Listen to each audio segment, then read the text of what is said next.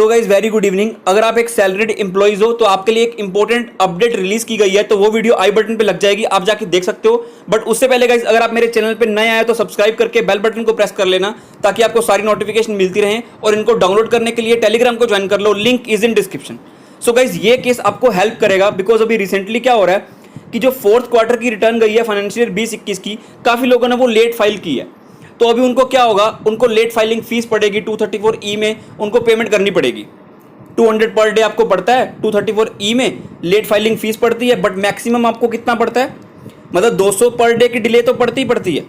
For example 10 दिन की delay है तो 200 × 10 तो 2000 आया। बट ये 2000 मैक्सिमम जितना TDS जमा करवाया होगा। फॉर एग्जांपल TDS जमा करवाया 1800 तो मैक्सिमम पेनल्टी पड़ेगी 1800। तो 200 per day but maximum TDS या TCS का अमाउंट, उतनी आपको लेट फाइलिंग फीस पड़ती है।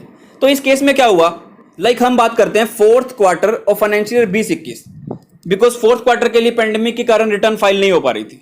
तो मतलब है कि अगर आपने जैन फेब मार्च की पेमेंट कर दी है और अगर आपने रिटर्न को फाइल नहीं किया ड्यू टू प्रोसीजरल कंप्लायंस, वो तो सिर्फ एक प्रोसीजरल कंप्लायंस का इशू है ना, आपने सिर्फ रिटर्न ही फाइल नहीं की, तो गवर्नमेंट को नुकसान तो नहीं हो रहा। अब इसका नेगेटिव इंपैक्ट क्या है गाइस, अगर सपोज करो एम्प्लॉयर फोर्थ क्वार्टर का रिटर्न फाइल नहीं करेगा, तो जो एम्प्लॉय होगा जिसका TDS कटा हुआ है या जो कंसल्टेंट है जिसका TDS कटा हुआ है, तो उनको उनके 26A में दिखेगा नहीं।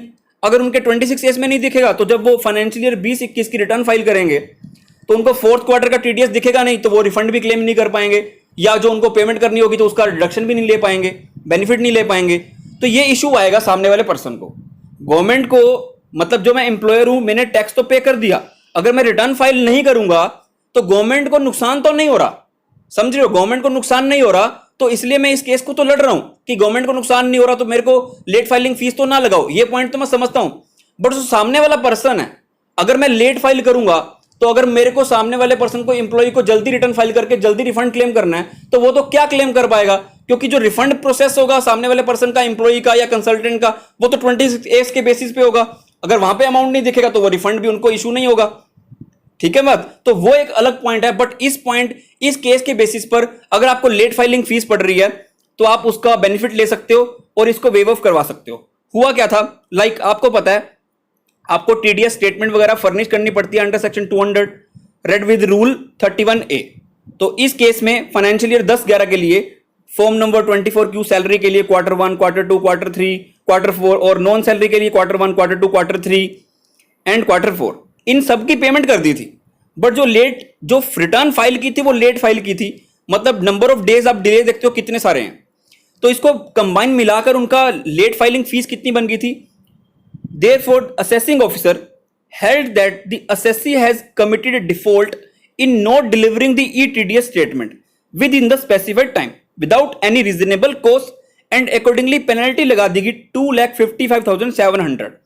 और आपको पता पेनल्टी कैसे पड़ती है, 200 पर डे के डिफॉल्ट पे पड़ती है। 10 दिन की डिले है, 200 × 10 2000 आ गया। बट मैक्सिमम कितना, जितना TDS का अमाउंट होगा या TCS का अमाउंट होगा, समझ रहे हो ना। 200 × 10 लगेगा, 200 पर डे के डिफॉल्ट मतलब 2000 आया। बट 2000 लिमिटेड टू जितना TDS का अमाउंट जमा करवाना या TCS का अमाउंट कलेक्ट किया। TDS अगर 1800 आपने जमा करवाया क्वार्टर में तो 1800 ही पेनल्टी आपसे चार्ज कर सकते हैं। तो ये वो अमाउंट है। तो जब असेसिंग ऑफिसर ने पैसा मांगा तो असेसी ने क्या किया, उन्होंने CIT में अपील की और CIT अपील ने भी उनकी बात नहीं सुनी असेसी की, कि आपने चलो मान लिया आपकी बात कि आपने टैक्सेस पे कर दिए हैं बट रिटर्न तो फाइल नहीं की, आपको पेनल्टी तो देनी पड़ेगी।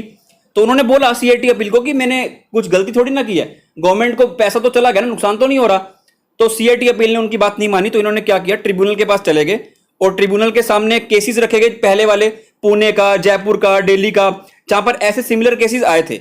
और वो असेसी के फेवर में आए थे कि अगर असेसी पे कर देता है अमाउंट TDS वगैरह का, तो अगर वो रिटर्न को लेट फाइल कर देता है ना, तो इस केस में revenue had not suffered any loss, मतलब जो डिपार्टमेंट है उनको कोई लॉस नहीं हो रहा रेवेन्यू का, बिकॉज जो टैक्स डिडक्ट हुआ था वो ऑलरेडी डिपॉजिट करवा दिया टाइम पर।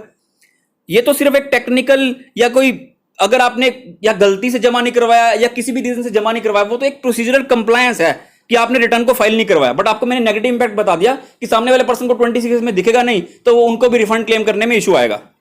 Therefore, penalty was not to be levied and question was answered in favor of the assessee.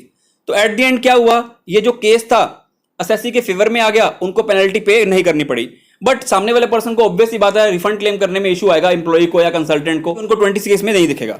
तो हुआ क्या, सीआईटी अपील के ऑर्डर को क्या कर दिया, सेट असाइड कर दिया और एओ को डायरेक्ट कर दिया कि आप पेनल्टी को डिलीट कर दो और appeal of the assessee allow कर दी, मतलब उनके फेवर में डिसीजन आ गया। तो आई गेस ये केस आपके लिए काफी इंपॉर्टेंट रहेगा ड्यू टू पेंडेमिक।